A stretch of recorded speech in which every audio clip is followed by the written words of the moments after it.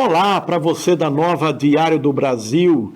Nós estamos iniciando mais uma edição do programa Viva o Voto, um programa que vai muito além das urnas, onde a gente discute problemas nacionais, estaduais, da nossa região central aqui e também, obviamente, da nossa querida Bauru. E hoje nós temos a grata satisfação de estar recebendo aqui o vereador reeleito, Júnior Rodrigues, Vanderlei Júnior Rodrigues, o Vanderlei dele é com W, hein?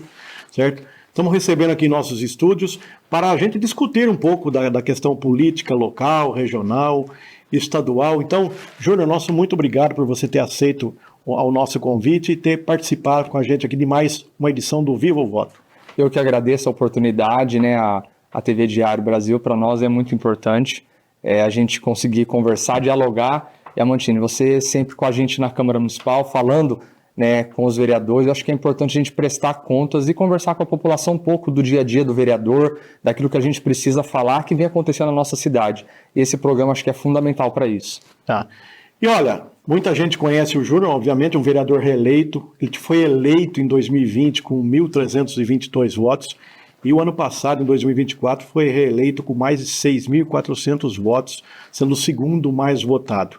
Obviamente que nós vamos discutir muito a questão política, o trabalho dele como parlamentar, também como recentemente ocupou a presidência da Câmara, mas antes disso a gente vai humanizar, né, esse Viva o Voto aqui, sabendo um pouco da trajetória pessoal, familiar, dos hobbies do Júnior Rodrigues, do que ele gosta, do que ele não gosta, enfim, quem é o homem público que não separa do cargo público como vereador, mas quem é o homem público Júnior Rodrigues? Veja, eu falo que a gente começou cedo, né? A gente começou cedo. Hoje eu estou o vereador mais jovem da cidade. Já na outra legislatura já estava sendo o vereador mais novo, mais jovem da cidade, nessa também. Mas a minha vida começou através de um projeto social. Projeto Legal. social do CIPS. Alguns conhecem como Reco-Reco, mas foi através do CIPS. A minha mãe sempre trabalhou no comércio, na Batista de Carvalho. Meu pai trabalhava de representante de vendas viajando e eu sempre fiquei com a minha avó, que cuidava de mim lá na Nova Esperança. Sim. Tá? E aí que um dia eu aprontei uma com a minha avó um dia que eu sempre quis trabalhar. E aí a minha avó, ela cuidava de mim ali, para minha mãe trabalhar, meus pais trabalharem, e um dia eu falei, não, eu quero trabalhar, minha avó falou, não, você já estuda, não tem que trabalhar. Aí eu peguei o carrinho de feira da minha avó, né? As pessoas antigas que gostavam de fazer feira, aquele carrinho de feira de legumes, peguei um carrinho de feira da minha avó e saí pegando latinha pelo bairro todo, lá na Nova Esperança, perto de Jaraguá, aquela região. E aí eu voltei com o carrinho cheio de latinha e falei, agora eu vou vender e vou ganhar dinheiro. A minha avó ficou brava comigo. Vou contar pro seu pai, pro sua mãe, e você vai apanhar. Não, já se viu, você não tem idade para isso. Eu falei, mas eu quero trabalhar, eu quero conquistar minhas coisas, o meu dinheiro. E aí minha avó me colocou no CIPS. Que legal. Ela colocou no CIPS, aí que começou a minha história do primeiro emprego. Por isso que eu falo hoje, os projetos sociais é muito importante, terceiro setor. E a avó, você tem um carinho especial também? Tenho, hoje é uma mãezona para mim, mora com a minha mãe, eu cuido dela, tenho 85 anos, cuido dela ali com carinho, né, ajudo todas as demandas que ela tem, porque ela cuidou de mim a vida toda, ela que me levou no CIPS para conseguir o primeiro emprego, foi dali que eu comecei um pouco da minha trajetória. Certo, que legal. Em relação a isso, a gente sabe também que você é casado, tem 2 filhas, inclusive você fala sempre, né, se refere muito à sua família, à sua esposa e às 2 filhas, né, inclusive tem uma aí com 1 ano, 2 anos de vida. Fala um pouquinho dessa questão da família do primeiro grau aí. Isso, eu sou casado com a Kátia, minha esposa. Eu tenho uma filha de 8 anos, que é a Júlia, uma amazona, monta cavalo desde os 2 anos e meio, gosta demais, ela adora, né, monta lá na hípica, a gente está sempre também no recinto, então a gente tem um carinho mais voltado para as provas equestres. E agora, recentemente, no ano passado, nasceu a Lívia. A Lívia tem 6 meses. Poxa. 6 meses, agora começou a dormir, mas é uma alegria, aquilo que nos move, que nos dá aquela força para a gente poder seguir todos os dias. Eu tenho um carinho, eu acho que a família é a base de tudo, né? A base da gente sair de manhã, voltar tarde, trabalhar, correr atrás, atender a população, isso é muito importante. Então, eu acho que família é tudo. Então, tem meus pais, graças a Deus, que moram ali no Bauru 16, eu moro ali mais perto da região ali do Bela Vista, entre Nova Esperança e Bela Vista, ali na Pinheiro, mas eu tenho 2 meninas maravilhosas, a casa das mulheres lá, né? Você sempre... Elas que mandam. Elas que mandam. Você que tem em casa um casal de 2 meninas, ou você que tem filha dentro de casa, você sabe que 3 mulheres não é fácil, não. Você sempre é a última a falar, né? Sim, concordo. Agora, Júnior, fala pra gente da importância de ter sempre o apoio familiar na política também. Tem muita gente, às vezes, né, quer entrar na política, quer se tornar uma pessoa pública, tem até bons projetos, boas ideias, mas às vezes a família é meio contrária, né? No seu caso específico, fala da importância da família estar sempre presente, te apoiando, enfim, da importância realmente das pessoas mais próximas, os pais, os avós, se a pessoa é casada, marido ou mulher, enfim, de estar sempre apoiando a iniciativa das pessoas entrarem na política. É muito importante, porque o político, você vive uma vida de sacrifício. Eu saio de casa 7h30 e eu chego em casa às vezes 7, 8, 9 horas da noite. Então você tem uma vida muito intensa. Eu me dedico, eu gosto do que eu faço. Quando você gosta de servir, você gosta de estar à disposição. O vereador, eu falo tanto o vereador, a prefeita, o prefeito, a Câmara e a Prefeitura, ela tem que estar à disposição para servir. Não ser ao contrário, mas servir a população. Quando você faz isso, você tem que dedicar tempo. Sim. E aí você tem que ter uma família que te apoia nisso, porque senão você vai ser cobrado, você vai ser uma pessoa que não vai conseguir atender a população. Por muitas vezes, a minha esposa, meu telefone toca, a minha esposa, ela fala para mim, você tem que correr lá para ajudar. Às vezes é numa UPA, é uma vaga, é um atendimento. Outro dia uma criança de madrugada engasgada e não conseguia transferência, o telefone tocou, eu falei, tem que ir. Ela falou, não, vai lá, porque poderia ser a nossa filha. Então, é legal quando você tem esse apoio. Então, meus pais sempre me apoiaram muito, sempre me impulsionaram, isso é bom, porque via em mim uma liderança. Como eu fui, minha carreira começou como líder de associação de moradores. Certo. Então, meu pai e minha mãe ali já via em mim uma pessoa que ajudava o bairro, que ajudava as pessoas iam em casa pedir ajuda, eu já lutava. Então, meus pais já viam isso. A minha esposa eu conheci durante uma campanha eleitoral. Sim. Conheci minha esposa dentro da igreja, durante uma campanha eleitoral, estava na correria, então ela já sabia o que eu fazia. Então, ela acabou meio que me acompanhando junto. Hoje ela me acompanha, ela me ajuda. Na campanha, quem me conhece me acompanhou aí na campanha no semáforo, viu ela do meu lado entregando material barriguda, tava ali grande, ainda a nenê prestes a nascer, nasceu em outubro, minha filha no final de outubro, depois da eleição. Então viu que a minha família é muito presente, mas você tem que saber também separar as coisas, Amantino. Sim. A minha esposa, acho que se foi 3, 4 vezes na Câmara, foi muito, então ela me ajuda naquilo que eu preciso. Sim. Me acompanha nas inaugurações, nos eventos, mas eu também eu tento não levar os problemas para dentro de casa. Você tem que saber separar, porque dentro de casa eu chego, quero dar atenção para as filhas, eu quero brincar, por mais que seja tarde, eu rolo na cama, brinco, mas você tem que saber separar, porque a gente sabe que a gente vive o dia muito intenso, e aí a hora que chega dentro de casa você tem que saber separar, desligar e dar atenção para a família também. Falando em separar a questão do trabalho, da família, nos últimos anos a gente tem acompanhado na Câmara lá, alguns vereadores às vezes até se irritam, da forma que parte da imprensa ou até parte da população reclama dessa questão do avanço da religião na política, da política na religião. As pessoas também confundem muito a atividade de cada um.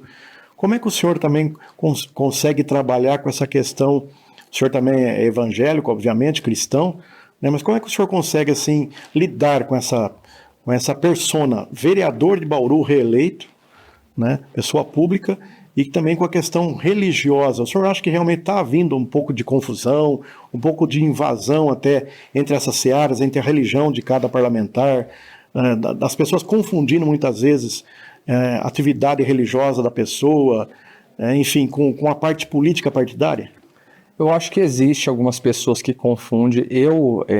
As pessoas que me acompanham, às vezes, quando eu sou evangélico, frequento as igrejas, não praticamente todo domingo você está a convite em alguma igreja. E eu tento e eu falo muito para os pastores. Quando eu chego numa igreja, eu não estou lá como um político, como vereador, eu estou lá como um membro, como pessoa. Então eu até peço, né, na hora de...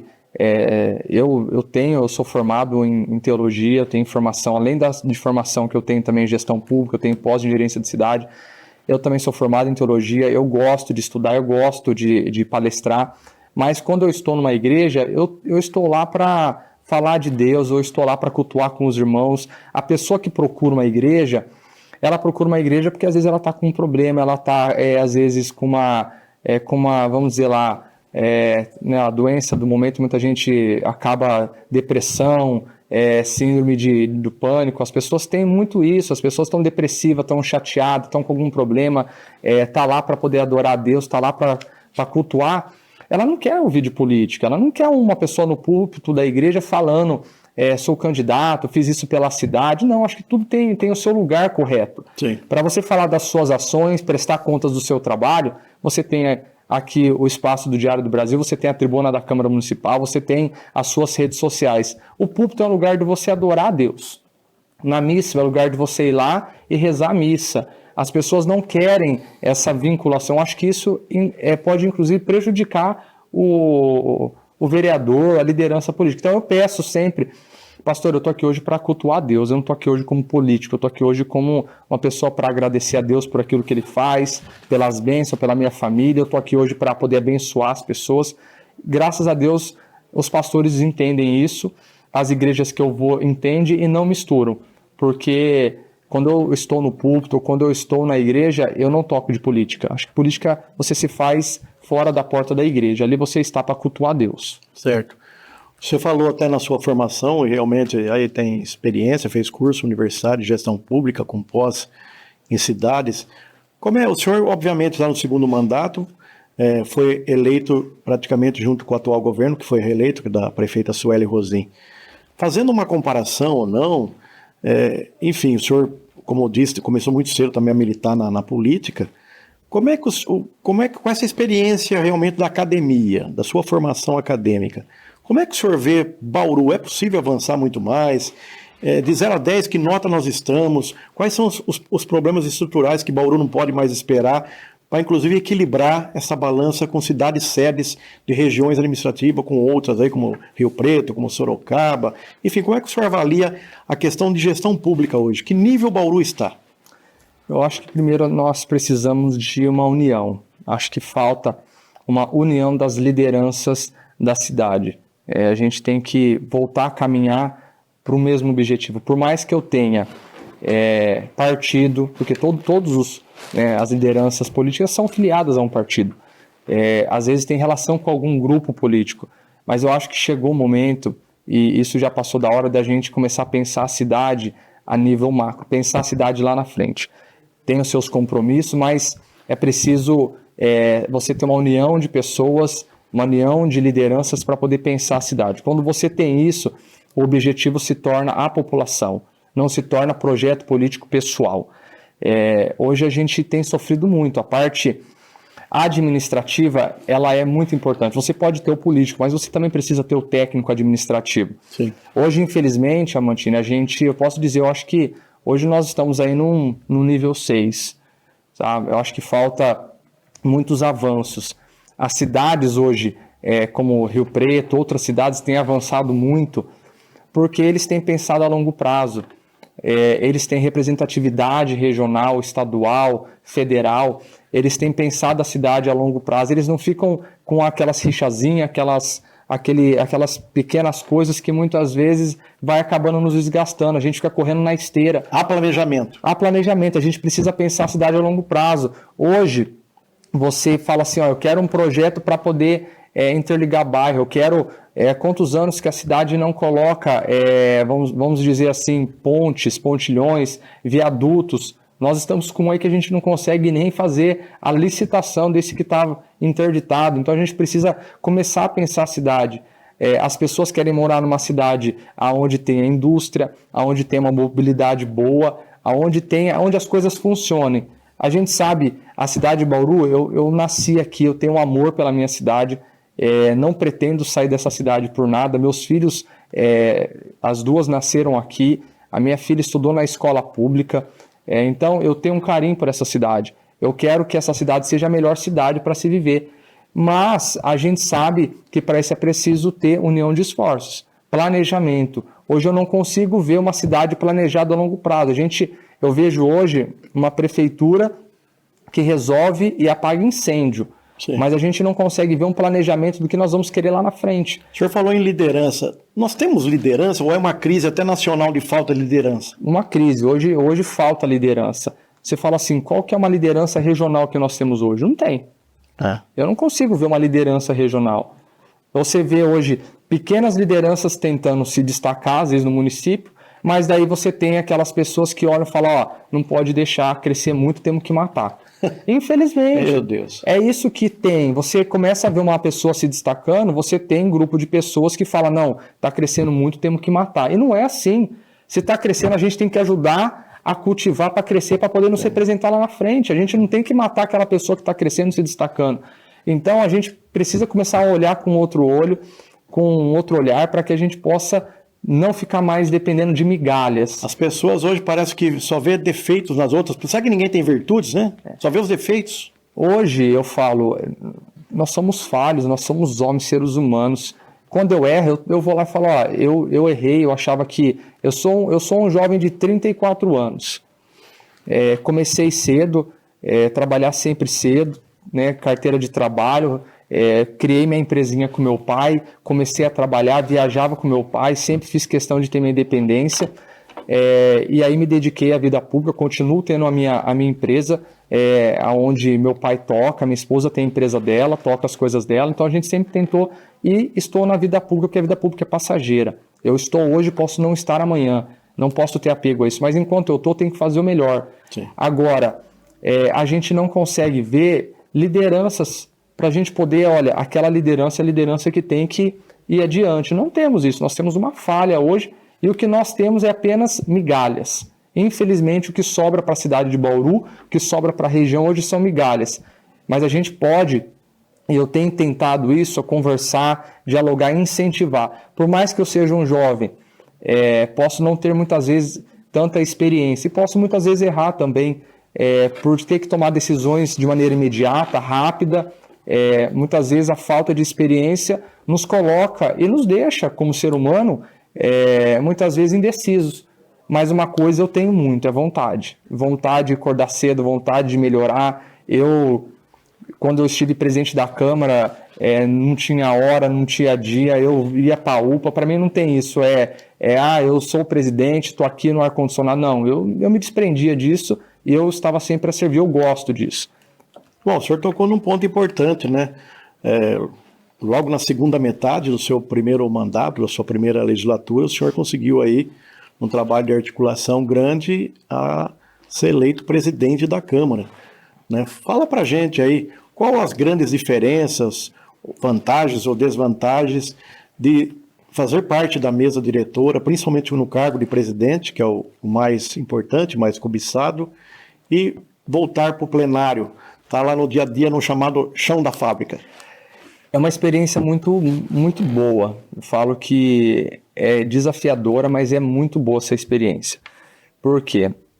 Porque eu estava vereador, assumi a liderança do governo da prefeita no momento complicado do governo aquele. Isso me forçou a aprender, porque eu já tinha uma experiência da Câmara, mas me forçou a ter uma experiência mais de executivo, de prefeitura. Processo, você tem que se debruçar, ler, entender, para você conseguir passar para os seus amigos, companheiros vereadores ali, o que aquele projeto tinha na sua essência. E aí, eu havia acabado de sair da liderança do governo. Eu tinha um relacionamento que era líder do governo junto à prefeita, tenho até hoje, mas eu tinha um relacionamento muito estreito com o governo. E aí, de repente, eu saio candidato à presidência da Câmara e eu ganho a presidência da Câmara, com os votos tanto da situação quanto da oposição. Por quê, Amontini? Porque eu sempre procurei o diálogo. Quantas vezes eu chegava e falava, prefeita, mesmo como líder, prefeita, isso aqui a gente precisa recuar. Isso aqui a oposição está correta. Isso aqui, eu chegava na oposição e falava, pessoal da oposição, aqui também eu acho que dá para dar um passinho para trás, para a gente poder chegar num consenso, porque o consenso é aquilo que a cidade precisa. A cidade precisa de união. Então eu consegui fazer essa interlocução e acalmei muitas coisas. Muitas crises eu consegui acalmar sentado na mesa, conversando, dialogando. Isso fez a gente avançar em muitas coisas. Então quando eu saio da liderança e venho para a presidência da Câmara, a oposição me reconhece e fala, olha, como líder ele sempre ajudou. Ele sempre foi justo, aquilo que era correto, certo, aquilo que não era bom, o Júnior sempre dialogou e falava, ó, governo, aqui não dá para avançar, isso aqui não está legal. Então eu consegui ter essa votação para a presidência da Câmara.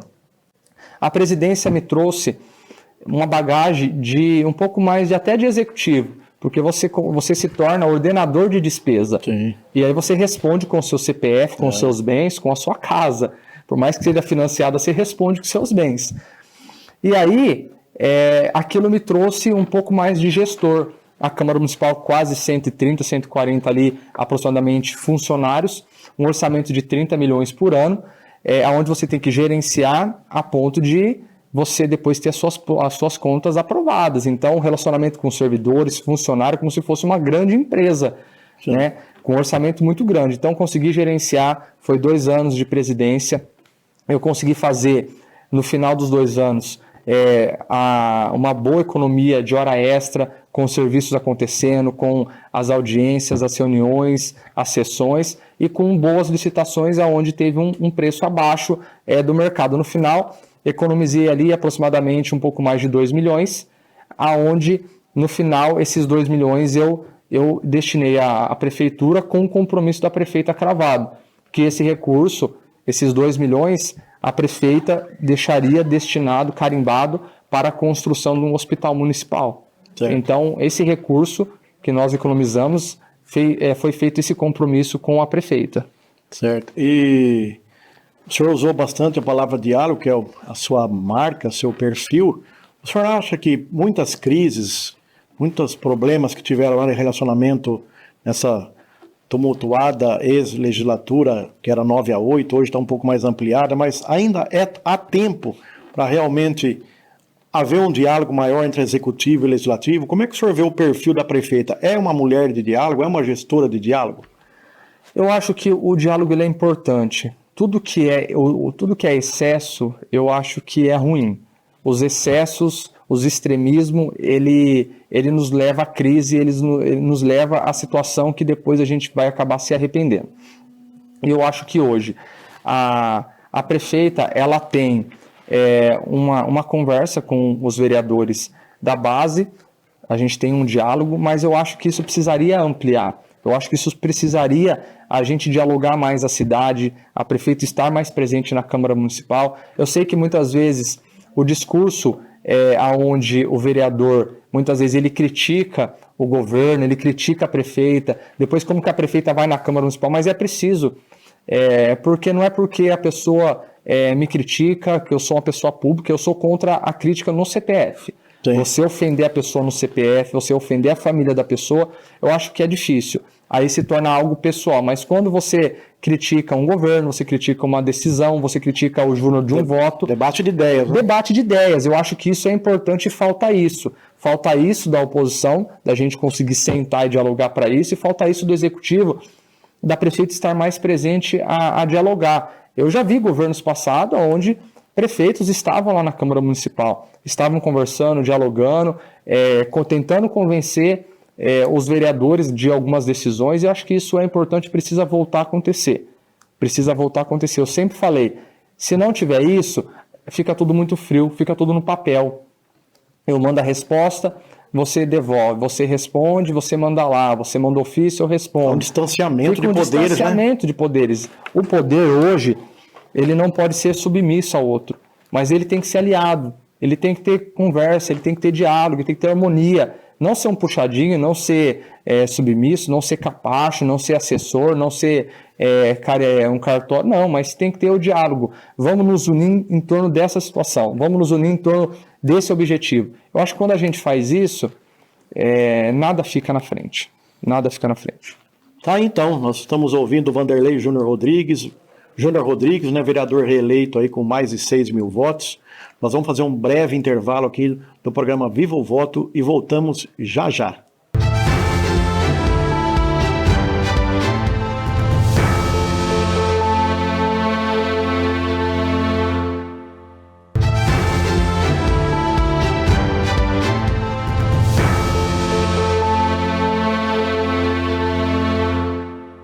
E nós voltamos aqui no Viva o Voto, recebendo nesta semana o vereador Júnior Rodrigues. Nós vamos continuar essa conversa interessante aqui, discutindo principalmente a cidade de Bauru. E nós voltamos agora para que ele faça prestando conta da atividade dele parlamentar, segundo mandato. Júnior, fala para a gente aí quais são as principais propostas, algumas que já se transformaram em leis, outras que o senhor vem trabalhando, enfim, que já está tendo, de repente, um reflexo importante junto à população. Nós aprovamos alguns projetos, sou autor de alguns projetos de lei que a gente tem trabalhado para que ele, não basta você aprovar o projeto, é importante que ele seja aprovado e que seja executado também. Nós aprovamos, alguns anos atrás, um projeto de lei regulamentando os ferros velhos da cidade. Por conta de uma onda de furto na cidade, né, as pessoas sabem, tem gente perdendo lixeira, perdendo ali o ferro do portão, enfim, uma onda de furtos onde as pessoas estão levando tudo, cobre, e tem lugar para descartar. Se tem essa onda acontecendo de furto é porque tem quem recebe esse produto e muitas vezes recebe até à noite. E os ferros velhos hoje eles têm um papel fundamental, tanto para ajudar a população quanto para receber esse produto. Ajudar por quê? Porque ele faz um papel social, recebe a pessoa que pega a latinha, que pega aquele ferro durante o dia para poder trocar, vender, a questão ambiental, mas também ajuda na sobrevivência de muitas famílias. Isso é muito importante e a gente tem todo o apoio.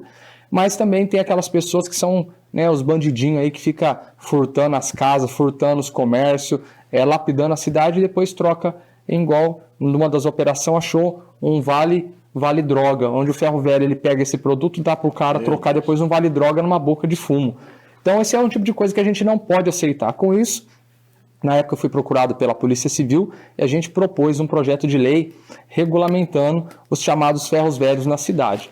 Com isso, a Polícia Civil está conseguindo fazer operações, apreender muitos materiais e colocar alguns desses cidadãos na cadeia e lacrar alguns ferros velhos, graças a esse projeto de lei a qual eu sou autor para poder ajudar a estancar um pouco essa onda de furtos na cidade.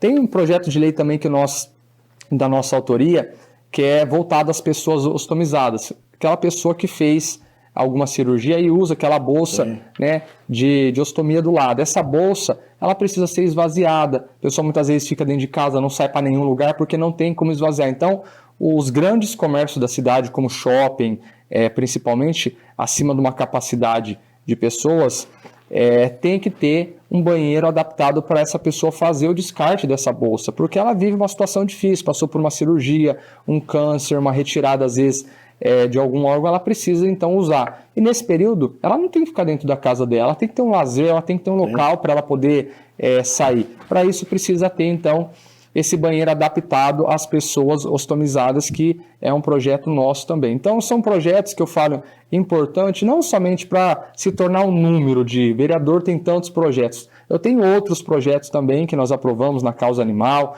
outros projetos importantes, mas esses projetos são projetos que eu vejo no dia a dia hoje sendo projetos que têm mudado a vida das pessoas, Amantini. Esse último que o senhor falou aí, o senhor tem acompanhado, o senhor, sua assessoria, enfim, se realmente na prática os shoppings já estão cumprindo a lei, enfim, o senhor tem um feedback já do resultado positivo? Tem, os dois shoppings já deram informação que eles estão adaptando os banheiros e eles estão dentro de um prazo, eles solicitaram um prazo para poder fazer as adequações dos banheiros. E nos próximos 60 dias eu tenho uma fiscalização nesses banheiros para a gente ver se já está em ordem para a população conseguir utilizar. Sim, até porque o senhor sabe, a gente acompanha sempre a sessão, vários colegas do senhor falam, a gente faz várias leis aqui, mas o grande problema de Bauru é a fiscalização dessas leis, né? Quer dizer, a gente vê alguns vereadores se manifestando com os colegas, a proposta é boa, não é contra o mérito que eu estou votando, sou a favor do mérito, mas vai se transformar em lei, mas depois não vai virar uma política pública efetiva. Né? Quer dizer, o senhor não quer que aconteça isso? Uma delas, eu tenho um projeto que o asfalto tem que ser nivelado. A gente vê um monte hoje de aquelas bocas de inspeção, aquelas bocas de ferro, quase um palmo abaixo do asfalto. Motoqueiro passa lá, Sim. capota, machuca, o carro, quando você passa lá, quase estoura o pneu do carro, o ônibus quando passa, chacoalha para lá, as pessoas quase caem dentro do ônibus. Então, tem um projeto onde as pessoas precisam ter uma rua nivelada, aonde as pessoas precisam andar e aquelas bocas têm que estar niveladas, o recapeamento que é feito pela cidade tem que estar bom, as canaletas. Então é um projeto muito bom, mas precisa ser executado. Então, essa responsabilidade, o senhor não acha que deveria estar nesse contrato até de quem faz o recap já também fazer esse tipo de serviço? É isso que eu estou cobrando. Como é uma lei que obriga a prefeitura a deixar nivelado, então ela não tem que a prefeitura assumir para fazer isso. Ah, não, faz o recap e depois eu vou lá e arrumo. Não, sim. Ela já tem que embutir no contrato da licitação, onde a pessoa entrega um recap feito, bonitinho, uma rua boa, mas também nivelado depois aquelas caixas, né, de passagem, sim. Aquelas bocas de ferro que fica no meio da rua, uma canaleta, já tem que fazer tudo completo, senão a gente fica ali depois correndo na esteira e não sai do lugar. Até eu quero fazer justiça aqui, eu moro na Vila Cardia e lá as ruas foram recapeadas nas proximidades lá da igreja Rasgando o Céu, e hoje eu já percebi que realmente já fizeram essas obras, deixando nivelado totalmente. Não consegui detectar se foi a equipe da prefeitura ou se foi da própria empresa que fez o recap, mas enfim, lá está tudo plano, tudo certinho e bonito lá. Mas o senhor também agora pegou uma nova missão, saiu lá da presidência da Câmara, pegou também a presidência de outra comissão muito importante, que é da saúde. A gente fala de vidas, e o senhor, sim, tem sido aí uma voz ativa lá, cobrando bastante em relação à saúde, né? Principalmente com essa função aí como presidente da Comissão Permanente de Saúde, Higiene, também da Previdência Social. O senhor tem usado muito a tribuna e falado dessa relação Estado-município, né, dessa confusão muitas vezes de quem que é a responsabilidade de ampliar o número de vagas, de leitos. Muitos telefonemas tocam não só para o senhor, mas para todos os vereadores, enfim.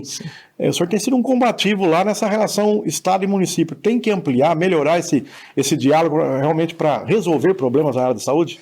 Precisa. Hoje a saúde é uma área que eu atuo bastante, eu gosto. Por isso que eu fiquei com a presidência da Comissão de Saúde, saí da presidência da Câmara, mas quis entrar na Comissão de Saúde e assumir a presidência para a gente correr, lutar, buscar, fiscalizar, correr atrás e tentar melhorar a saúde do município. A população, hoje a saúde nossa é dividida em três, tripartite, onde você tem o município, você tem o estado, você tem a União, o governo federal, que tem que arcar também com essa responsabilidade. O município, hoje a função do vereador, ele fica um pouco limitado às UPAs, às UBSs, aquilo que é mais local. Atenção primária. Atenção primária que é mais local. Quando você entra um pouco no nível de Estado, que aí tem a responsabilidade do Estado junto com o município, onde a gente tem cobrado também, a gente sabe que tem tido muita dificuldade. O município não pode fugir da sua responsabilidade, que é o posto de saúde, o médico, a UPA. Essas demoras dentro das UPAs a gente tem cobrado, a gente tem ido nas UPAs de manhã, de noite, madrugada, e a gente tem cobrado bastante. Agilidade nas filas, agilidade no atendimento, colocar mais médico, colocar equipes na rua, como os agentes de endemias, para poder fazer um trabalho contra a dengue, para não chegar depois uma superlotação na UPA. Então a gente tem que fazer a lição de casa. E é isso que eu venho cobrando, dialogando com o Dr. Márcio, que é o secretário de saúde, e tenho falado muito com a prefeita. Nós precisamos melhorar a saúde municipal. Fazendo e melhorando a saúde municipal, nós temos sim que cobrar o Estado, é o que eu venho fazendo também. A falta de leito, porque a pessoa muitas vezes está lá dentro da UPA, e a UPA ela vai receber o paciente, mas depois ela precisa colocar o paciente num leito de UTI.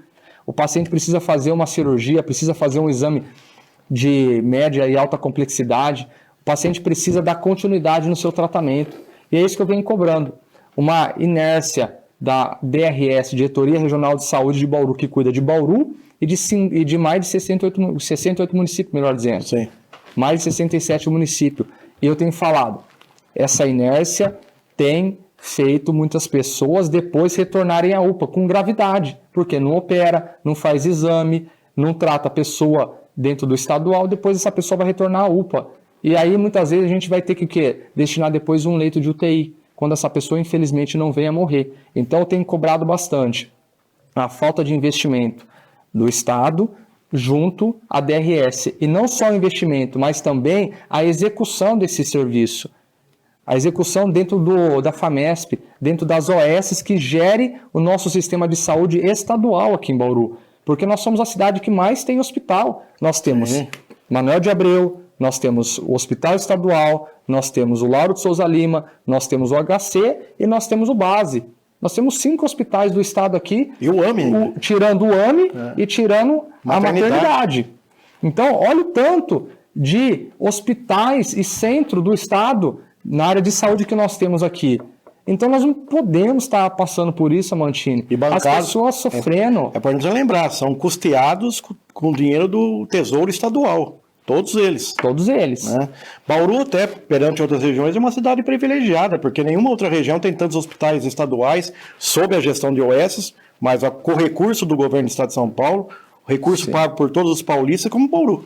Então não dá para aceitar. Então eu tenho brigado, eu tenho lutado, eu tenho denunciado, eu vou para o Ministério Público, eu tenho na Comissão de Saúde lá na Lesp, em São Paulo. Eu não tenho medido esforço para a gente tentar melhorar. Essa engrenagem precisa acontecer, precisa fechar. O município precisa estar engrenado com o Estado para a gente conseguir fazer a população ter um atendimento digno. Onde já se viu, eu fiz um levantamento de 2024 para 2025, nós tivemos um represamento de mais de 25% de consultas e exames. Nós estamos com mais de 74 mil procedimentos, pessoas aguardando para fazer uma cirurgia, uma consulta, um exame dentro do estadual.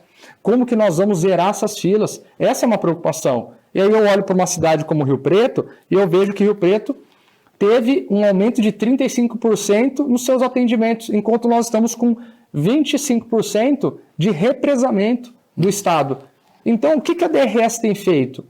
Como que ela tem cobrado a FAMESP, o estadual, os outros hospitais para conseguir fazer um mutirão e ajudar essas pessoas que estão aguardando há anos por uma consulta, por um exame? O que aconteceu agora é o município assumindo a responsabilidade do Estado e fazendo a contratação de 14 mil exames. Com emendas impositivas ainda, né? Com emendas no orçamento, com emendas impositivas. Então, assim, é uma responsabilidade que é do Estado, que não está acontecendo, porque o que tem chegado lá é a informação que eu tenho. Eu vou para São Paulo, eu tenho tentado uma reunião com o doutor Eleusis, com assinatura de mais de 15 vereadores, denunciando o que está acontecendo em Bauru. O que tem chegado muitas vezes em São Paulo é que está tudo tranquilo aqui em Bauru. Não tem nada tranquilo aqui em Bauru. A gente sabe, você que está há anos esperando. Eu fiz uma conta, tem mais de 6.200 pessoas aguardando endoscopia.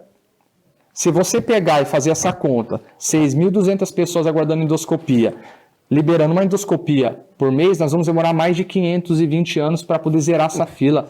Gente, pelo amor de Deus, eu não posso aceitar uma coisa dessa. Às vezes as pessoas falam assim, o vereador ou fulano não está preocupado porque ele tem plano médico. Não tem plano médico. A Câmara Municipal, eu não tenho, igual quando eu, vereador Júnior, precisa de um atendimento, eu preciso de um médico, eu vou na UPA. Sim. As meninas do Bela Vista, elas sabem, porque é a minha região. Quando eu preciso, eu vou na UPA. Então eu sei. Quando aperto o calo, eu sei que eu tenho que ir lá na UPA. Eu não tenho plano de saúde. Então eu sei o que o cidadão vive. Quando precisa de um exame, quando precisa de alguma coisa, eu sei como que está difícil. Eu sei porque eu vivo isso. Agora, tem pessoas que têm problema de saúde que é para ontem. A saúde não espera. Aí eu venho com uma conta dessa de 500 anos para... Não tem como. Agora, então, é luta. Obviamente o senhor fez aí pontuações extremamente importantes, legítimas, né? A gente está acompanhando de perto e essa é a dura realidade mesmo para quem depende do serviço público de saúde. Agora, o senhor não acha que também, em nível municipal, a atenção primária devia ter programas mais ativos e efetivos em relação a fazer programas de prevenção, a orientar mais os pacientes, porque tem muita gente também que superlota as UPAs, mas às vezes podia resolver, desde que o atendimento fosse efetivo, nas próprias unidades básicas de saúde, ter aquele primeiro atendimento de qualidade, e também o saúde da família fazer uma busca ativa melhor, principalmente junto aos idosos, às crianças, enfim, fazer realmente uma saúde preventiva melhor para não haver essa questão de estrangulamento de vagas, essas UPAs superlotadas. E uma segunda pergunta, a UPA não tem leito UTI só para estabilizar o paciente? Vamos lá. Eu acho que é fundamental a saúde primária. É ela que ajuda a não estourar depois lá na frente. Sim. É uma conta que quem não investe em saúde primária é uma conta burra, porque depois o paciente vai sofrer lá na frente. Você tem que pagar a conta 2, 3 vezes. Isso quando não vem um óbito que daí não tem conta que paga, o dinheiro não paga a morte. Então a saúde primária é fundamental, a gente investir nas unidades básicas de saúde e na saúde da família, que hoje nós estamos abaixo do número ideal, saúde da família, dos agentes que vai fazer ali o trabalho nas casas, das equipes, e também os agentes de endemias que faz o trabalho igual dentro das casas com o combate da dengue. Eu acho que você investir nesse programa é você pensar lá na frente. Sim. O resultado vem assim? Não. Claro. Você vai investir aqui para anos lá na frente você colher. Mas se não fizer, nunca vai acontecer. Então, esse secretário que está hoje tem dialogado com a Câmara Municipal, diferente a Mantini da outra secretária. Sim. Da outra secretária, eu não sei para que fim ela veio. Ele é muito experiente, inclusive. Mas essa que está aqui hoje, esse que está aqui hoje, Dr. Márcio, ele dialoga com a Câmara Municipal, ele mostra, isso não dá por esse motivo, é muito técnico. E além de ser técnico, atende, conversa, também sabe ter uma pegada política. Isso é bom, porque sabe o que a população passa. Quando é muito técnico, só fica no papel. Sim. Ele não, ele tá disposto a dialogar e ele já falou, eu vou investir na saúde primária, já estou liberando, já estou contratando, já estamos vendo orçamento, já estamos vendo para poder investir na saúde primária do município, porque daí eu tenho condição de cobrar ainda mais o Estado da responsabilidade que o Estado tem deixado. Primeiro fazer o dever de casa. Fazer o dever de casa. Então isso que você falou é fundamental. Tem que fazer, temos que colocar a casa em ordem, temos que colocar as equipes para poder atender nos postos de saúde, horário estendido, fazer o trabalho. E aí a gente vai ver sim o resultado dentro das UPAs. A diminuição dos atendimentos, vai diminuir os atendimentos, vai diminuir as pessoas com gravidade dentro da UPA. E a UPA, ela tem a sala de emergência. A sala de emergência é uma sala para estabilizar. A pessoa chegou lá, unidade pronto atendimento. Ela chegou lá com alguma crise, ela chegou lá sangrando, infartando, faz o primeiro atendimento, faz a intuba, mas dali em diante ela precisa ir para um leito de UTI. Por quê? Porque o leito de UTI ele vai ter equipamentos que na UPA não tem. Já vai pedir a vaga no CROSS, né? A famosa CROSS. É o demônio isso daí. Misericórdia, gente. Isso aí é um demônio, não é possível esse CROSS. Eu falo. Porque daí, dentro da UPA, essa pessoa fica muito tempo dentro da UPA lá, na emergência, o rim começa a parar, precisa fazer a diálise, precisa fazer... Tem outros procedimentos que a UPA não tem, então precisa de um leito de UTI.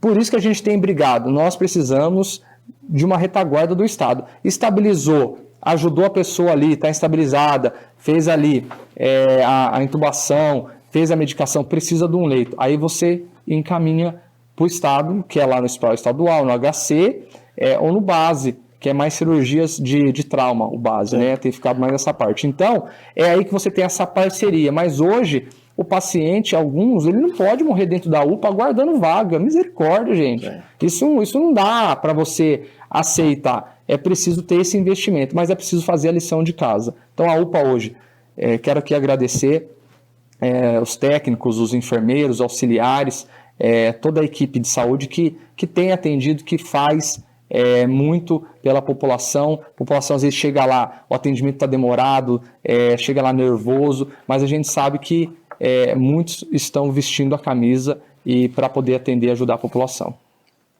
Muito se fala do hospital municipal. O senhor acha que vai ajudar no processo? Eu até conversei recentemente com pessoas de experiência também, que faz gestão, inclusive, aí, na própria faculdade de medicina.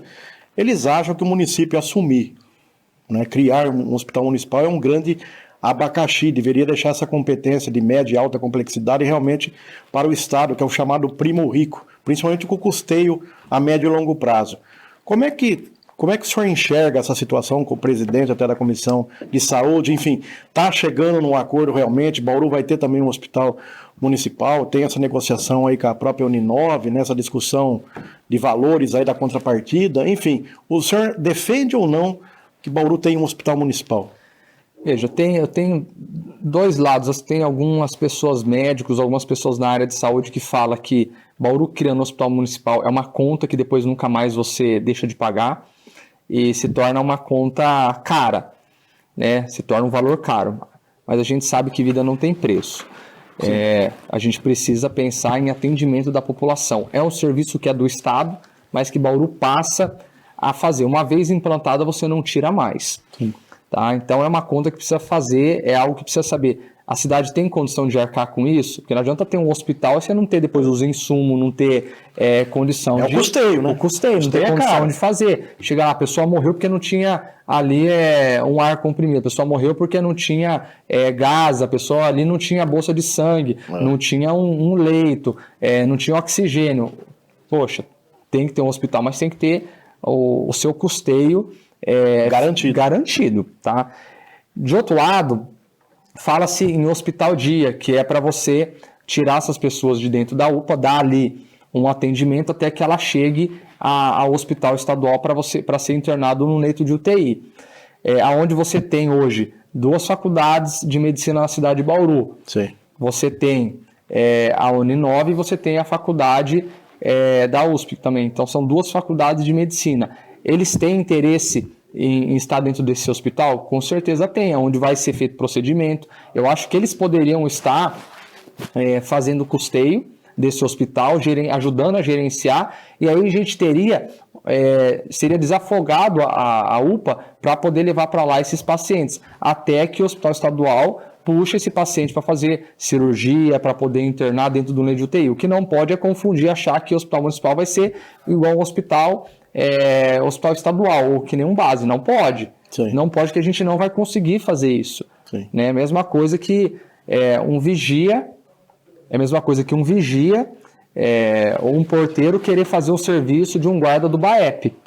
Não dá. Sim. Não tem treinamento, não tem todo o equipamento, não tem a estrutura. Cada um no seu quadrado. Porque senão a gente vai perdendo e vai entrando na outra esfera e depois acaba não fazendo o serviço correto e sobra depois para quem quis fazer aquele serviço e ser o bonito da história. Não, nós precisamos garantir atendimento para a população. É importante não morrer as pessoas? É importante. É importante as pessoas terem atendimento? Muito. Mas qual vai ser o papel desse hospital? Temos que sentar e definir. Definir a vocação. Definir a vocação dele. Com isso, nós vamos buscar recurso, nós vamos buscar ajuda para dar atendimento à população do município de Bauru. Mas eu acho que média e alta complexidade não dá. Sim. Não é responsável. Senão, já temos 7 em Bauru, para ter mais um 8º e não fazer o serviço bem feito, não adianta. Então, eu sou a favor de atendimento à população. Se o hospital municipal vai ajudar e nós vamos ter condição de manter ele, tudo bem. Agora temos que saber as responsabilidades. Aliás, o Hospital Estadual, aproveitar mais, já que esse programa também é pedagógico, é de orientar e de informar, a vocação do Hospital Estadual Bauru, que é para 68 municípios, toda a DRS6, é um hospital para cirurgias eletivas. O que é isso? Que não são urgentes, aquela que pode esperar, seja de varizes, catarata, enfim, tantas especialidades, mas não é um hospital para urgência e emergência, que muitas vezes ainda as autoridades, até nós mesmos da imprensa, confundimos as características e a vocação do hospital estadual. É um hospital para atendimentos eletivos, ou seja, que pode esperar. Mas é justo esperar meses, anos? É claro que não. Então, a discussão tem que ser realmente para minimizar esses prazos, para que os pacientes sejam atendidos de forma mais rápida. Mas não é um hospital com vocação para fazer uma cirurgia para um acidentado, para um infartado, às pressas. Não é a vocação do hospital estadual. Hoje só faz isso, né? Exatamente. Infelizmente. Júnior, agora um assunto que eu tenho certeza que você está comemorando bastante, porque você foi um dos porta-vozes aí dessa luta, que não é de hoje. Hospital Estadual, falando nele, tá aí, inaugurando aí recentemente o Centro de Radioterapia. Fala pra gente aí dessa grande obra para Bauru e região. É uma obra muito importante. Eu, Amantino, quando eu assumi o primeiro mandato de vereador, 2021, eu fiz um levantamento pela cidade dos chamados esqueletos urbanos, aquelas obras abandonadas da cidade, tanto em nível municipal, estadual e federal.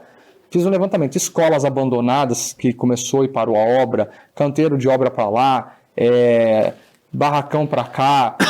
E nessa relação, eu fiscalizei e vi uma obra dentro do hospital estadual, uma obra dentro do espaço do estado, mas uma obra do governo federal. Sim. A chamada obra da radioterapia, que começou lá na época da Dilma, quando a Dilma foi cassada, teve todo aquele problema, a obra parou, a empresa abandonou, virou, enfim, um caos. canteiro de obra todo parado, e o aparelho, que seria um aparelho nuclear que faz a radioterapia, poderia vir para Bauru, mas foi mandado para outra cidade, porque a obra não estava pronta. E eu comecei a ver muitas pessoas saindo de Bauru e fazendo tratamento em Jaú, em outras cidades. Alguns tratamentos demorando para começar. E o tratamento de radioterapia, nós estamos falando do tratamento de pessoas com câncer. Sim. Quando a pessoa descobre um câncer, praticamente a vida dela ali, ela acha que a vida dela acabou, porque é uma dor, a família sofre, é um tratamento complicado, é um tratamento que infelizmente levou muitas pessoas embora, é um tratamento triste, é um tratamento dolorido, choca. Aí a pessoa vai fazer o tratamento. Quando ela vai fazer o tratamento, olha, esse tratamento não tem Bauru, porque nós estamos com o prédio aqui em obra, mas até agora... onde que vai? Em Jaú. Mas eu tenho que rodar, voltar, a pessoa já está numa situação, ou às vezes o tratamento vai demorar um pouco mais. O governo do estado fez um contrato com um instituto aqui de Bauru para fazer essa radioterapia, mas contratou um número. Quando passava daquele número, as pessoas tinham que ir para Jaú, com van, com carro particular. Então, estava uma situação precária. Não era um tratamento dentro de um local adequado de saúde, por mais que o instituto que estava fazendo aqui é maravilhoso, mas atendia apenas uma quantidade de pessoas, não o que realmente a cidade demandava. Mas, graças a Deus, pelo menos isso estava atendendo. Diante disso, fiz denúncia. Ministério Público, Comissão de Saúde da Lesp, fui para Brasília, ligava no Ministério, a gente fez de tudo para retomar a obra. A obra foi retomada. Começou um trabalho, retomou a obra, eu estive no canteiro de obra, sempre fiscalizando, acompanhando, e a obra ficou pronta esse ano. Muito bonita, uma obra bonita, imponente, o aparelho veio, e aí eu comecei, cadê o tratamento? Cadê os tratamentos? Cadê as pessoas vindo tratar? Cadê as pessoas de Bauru tratando? Vamos começar o tratamento. E aí chegou a informação que tinha um entrave na questão do ar-condicionado, tinha um problema na entrega da obra, a empresa entrega a obra, e nada. E aí eu fui atrás de uma pessoa que eu sei que tem um amor, um carinho muito pela questão da saúde, não só de Bauru, mas também da região, que é o ex-deputado Pedro Tobias. Falei, Pedro, estamos com uma obra aqui que eu sei que o senhor tem um carinho, o senhor sempre lutou muito pelo hospital estadual. Médico da área, inclusive, mastologista. Né? Eu falei, e não conseguimos atender as pessoas, o prédio pronto e nada, nos ajuda. E o Pedro falou, Júnior, eu vou a Brasília e vou conversar com o Geraldo Alckmin para que a gente possa inaugurar essa obra, a gente possa destravar isso daí. Eu falei, Pedro, ajuda porque a população está sofrendo. E aí Pedro, menino, ligou na última semana e falou, olha, vai sair, vai inaugurar a obra da radioterapia aí no município e você tem que estar com a gente lá nessa inauguração. Então foi uma notícia muito boa. Sim. Quero agradecer ao Dr. Pedro Tobias, porque sempre que eu tenho dúvida na área da saúde, ele tem dado um suporte, a gente tem dialogado pelo bem da cidade. Foi uma pessoa que lutou muito na área da saúde, trouxe grandes coisas para a cidade de Bauru. Muitas conquistas que nós temos hoje foi através do ex-deputado que na época lutou muito. E aí eu recorri a ele, independente. Eu falo que a gente não tem que ficar olhando partido, posição partidária, não. Nós temos que olhar a população. O partido é Bauru. O partido é Bauru, o partido são as pessoas. Nós estamos lá para servir as pessoas. Então, nós temos que muitas vezes ir buscar ajuda, ir buscar acolhimento para poder trazer o resultado. Júnior, nós estamos chegando ao final do programa, mas tem duas perguntas aí que eu gostaria que você respondesse, que são muito importantes. A primeira delas, nós falamos aí do Pedro Tobias, que realmente nos últimos 20, 25 anos aí trouxe muitas conquistas de grande alcance social para a nossa região, na saúde, na educação, grandes obras, Nações Norte, enfim, o curso de medicina e a faculdade de medicina da USP e outras coisas mais. Está faltando realmente representantes em Brasília e também na Assembleia aqui em São Paulo para defender as causas, os pleitos, as demandas de Bauru e da nossa região. Isso qual o projeto político do senhor no ano que vem? Está faltando, a gente vê que hoje nós não temos. Hoje eu falo que Bauru, você que nos acompanha, nos assiste, nos últimos anos, nós estamos pegando as migalhas que caem da mesa, infelizmente. Aquilo que sobra, empurra para Bauru. Por quê? Porque nós não temos ninguém hoje que luta, que briga, que cobra. Porque igual a população quando está com um problema, ela vem no vereador, o vereador vai lá na prefeita, briga, vai lá na tribuna, cobra. para as coisas saírem. É uma corrente, né? É uma corrente. Hoje nós não temos isso. Hoje nós temos o problema, o vereador aqui é muito pequeno, porque ele não tem aquela relação com o governador, então se torna essa limitação. O que sobra? Sobrou isso aqui, manda para Bauru. Sobrou isso aqui, manda para a região. Sobrou isso aqui, manda lá para Cabralha, Duartina, Lençóis, Agudo. Sobrou, então hoje a Bauru e região está ficando com o que sobra. O que sobra, manda. O que sobra, manda. A gente não tem hoje esse representante. E aí, chegando nesse período eleitoral, as pessoas vêm em Bauru, elas usam a nossa cidade, elas usam a região, pegam um pouquinho de voto aqui, pegam um pouquinho de voto ali, vai embora. Aí chega agora nesse momento, na hora da gente brigar, nós queremos leito, nós queremos investimento. Cada um vai mandar para onde? Vai mandar para a região sua, onde mora, onde tem seus familiares, onde tem a sua relação política. Então é onde nós estamos órfãos. Infelizmente, o último deputado com expressividade foi o Dr. Pedro Tobias. Depois disso, a gente não conseguiu mais nada para a cidade. Hoje a gente é as migalhas. E se Bauru e a região não se colocar à disposição, não se colocar à frente, não agarrar, não falar, agora é o momento da gente eleger alguém, da gente buscar liderança nossa. Se ficar importando, nós vamos continuar sofrendo. Sim. Então eu tenho falado muito, pessoal, vamos dialogar, vamos conversar, vamos unir força para que a gente possa ter representante estadual e federal, porque depois não adianta a gente ficar chorando.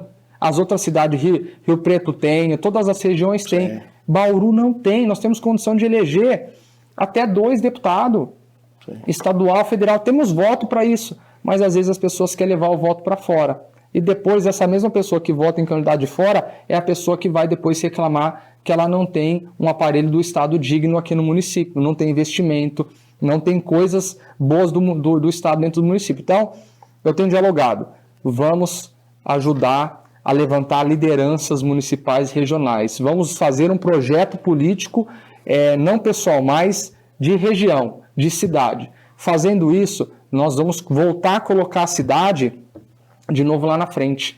Olha que situação. Olha que situação. Existe uma cidade ali na região, que é a cidade de Araraquara, que foi indicada para sediar a maior empresa de trens do mundo. Sim. Que vai fazer os trens que vai ligar Campinas a São Paulo. Mas espera aí, trem. E Bauru? Bauru, o tanto que Bauru contribuiu com a ferrovia do Brasil, olha o tanto de sucata que nós temos na cidade, olha o tanto de barracões que nós temos tudo abandonado. Mas sabe por quê? O governador está indicando uma cidade? Representante. Sim. Nós não temos representante, então aquilo que sobra fica para Bauru, e aquilo que é bom tem ido aonde tem representante estadual e federal lutando. Então, eu tenho dialogado com lideranças da cidade para que a gente possa ter um grupo, para que a gente possa somar forças, as forças vivas da cidade, para a gente pensar no nome.